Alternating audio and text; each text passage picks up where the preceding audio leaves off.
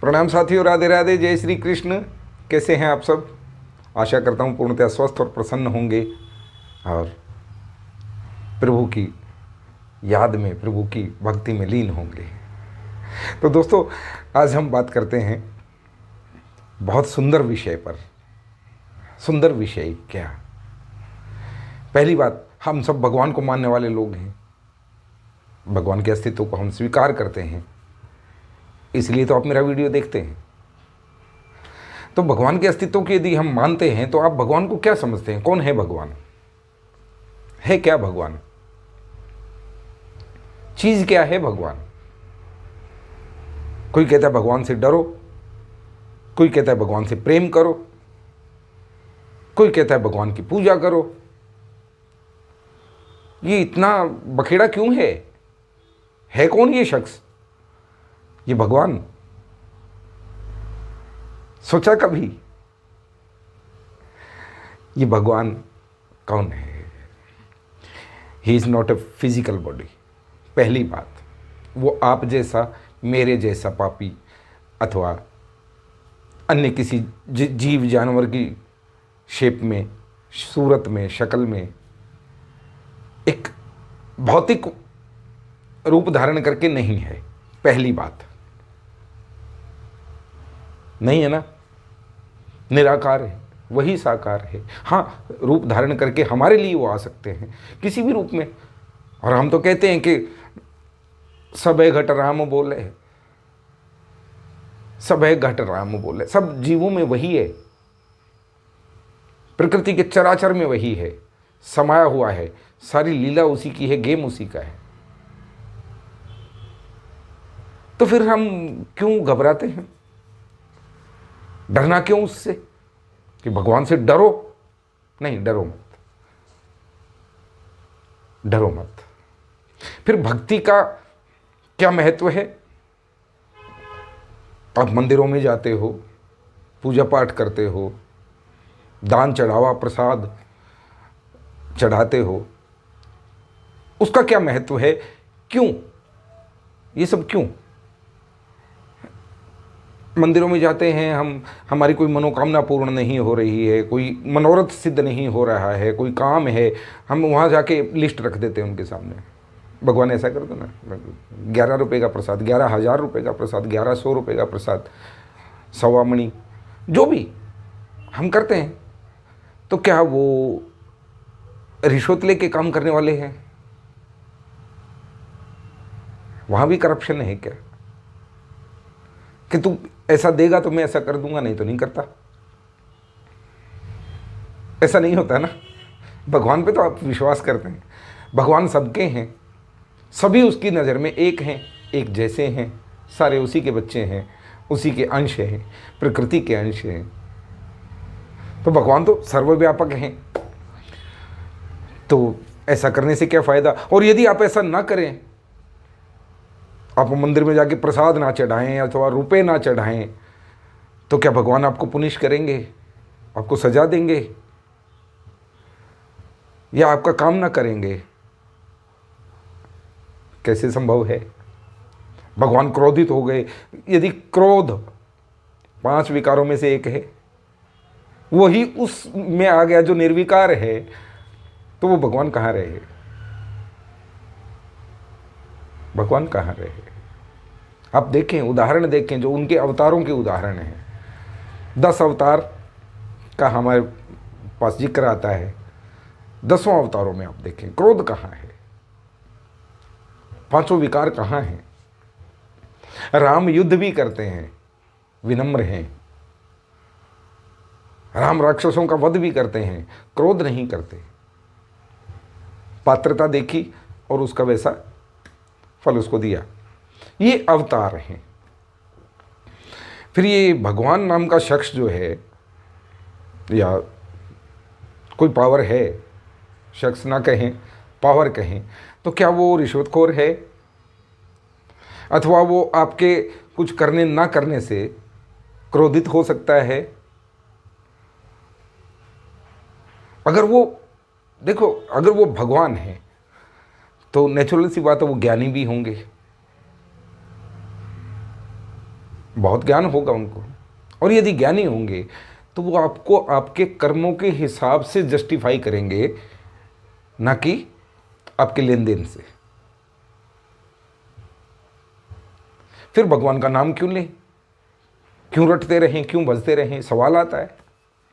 हाँ, ये है आज का मुख्य विषय कि भगवान का नाम क्यों लें और उसको लेने से क्या होगा, ना लेने से क्या होगा। बड़ा विचित्र प्रश्न है। भगवान का नाम लेने से बहुत कुछ पॉजिटिव हो जाएगा, किस्मत नहीं बदल जाएगी, बेफिक्र रहना, किस्मत नहीं बदल जाएगी, आप बदल जाएंगे, आपका स्वभाव बदल जाएगा। देखिए, हम जीवन में कोई भी फैसला उचित अथवा अनुचित दो कारणों से लेते हैं। दो ही कारण होते हैं हमारा डिसीजन मेकिंग। पहला, एनर्जी, ऊर्जा। ऊर्जा के कारण हम कोई फैसला लेते हैं।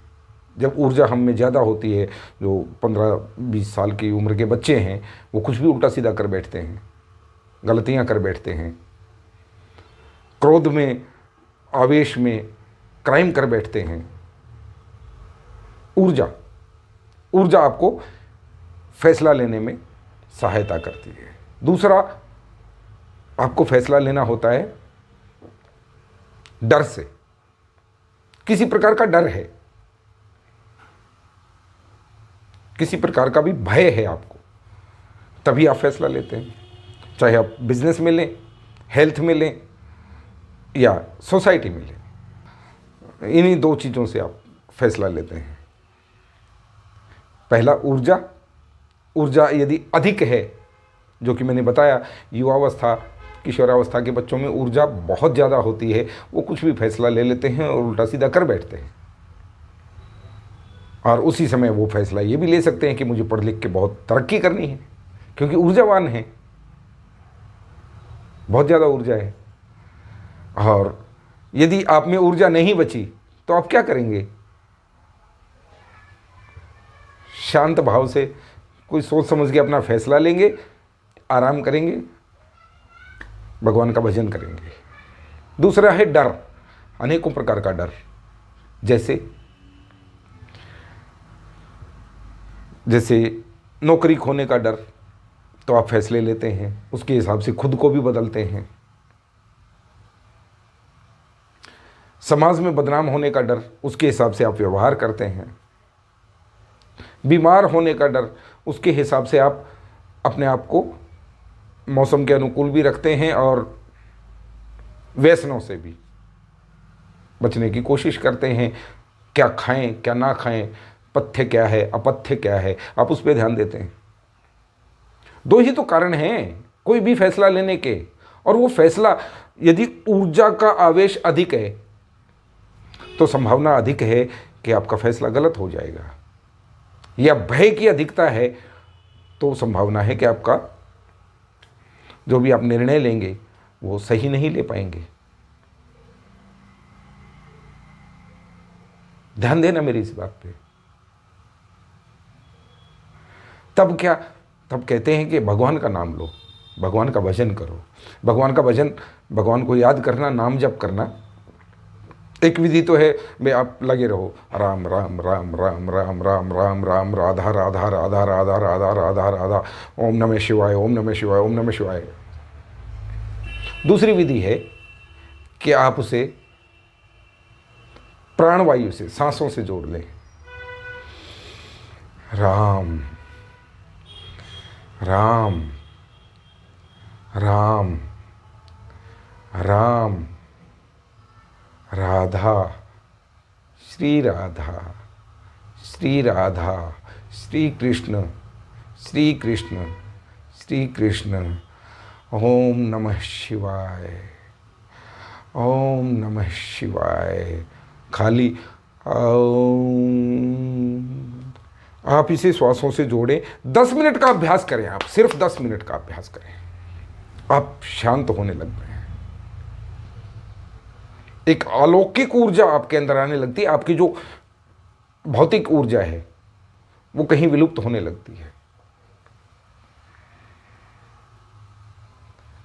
और भय नाम की चीज तो भगवान में है ही नहीं। भगवान नाम जापक को किस बात का भय? किसी भूत का, प्रेत का, कि एक राय का? किस बात का भय है? नहीं। भय और ऊर्जा का जो आवेग है, दोनों ही शांत होने लगते हैं। मन शांत होने लगता है। मन शांत होगा, आप सही निर्णय सही समय पर ले पाएंगे। छोटी सी बात है, ध्यान से समझिए। मन जब अशांत होगा, आप कोई भी निर्णय सही नहीं ले सकते। हो सकता है उस समय उस परिस्थिति में लिया निर्णय सही हो भी जाए, लेकिन ज़्यादा संभावना इसी बात की है कि आप गलत निर्णय ले बैठेंगे, सामने वाले को कुछ कह बैठेंगे जो कि बहुत लंबे समय तक आपको परेशान कर सकता है। अथवा आप ऐसा कोई कदम उठा बैठें, हिंसात्मक प्रवृत्ति हो जाए। ऊर्जा का आवेग है, और यदि आप में ऊर्जा शांत भाव से प्रवाह कर रही है और भय भी नहीं है, आप सही निर्णय लेंगे। ऐसा नहीं है कि भगवान आपको आके मारेंगे, पीटेंगे, ये करेंगे, ऐसा कुछ नहीं होता भैया। भगवान आपको आपके कर्मों के हिसाब से निर्धारित करेंगे, उसी हिसाब से आपसे प्रेम करते हैं। वो तो प्रेम की मूर्ति है। तो आज का मेरा ये छोटा सा संदेश आपको कैसा लगा, कमेंट बॉक्स में ज़रूर बताएं। और जिन्होंने अभी तक चैनल सब्सक्राइब नहीं किया है, कृपा करके सब्सक्राइब कर लें, मेरा हौसला बढ़ाते रहें। मैं कोशिश कर रहा हूँ कि अच्छी और सच्ची बातें आप तक पहुँचा के इस संसार से चला जाऊँ।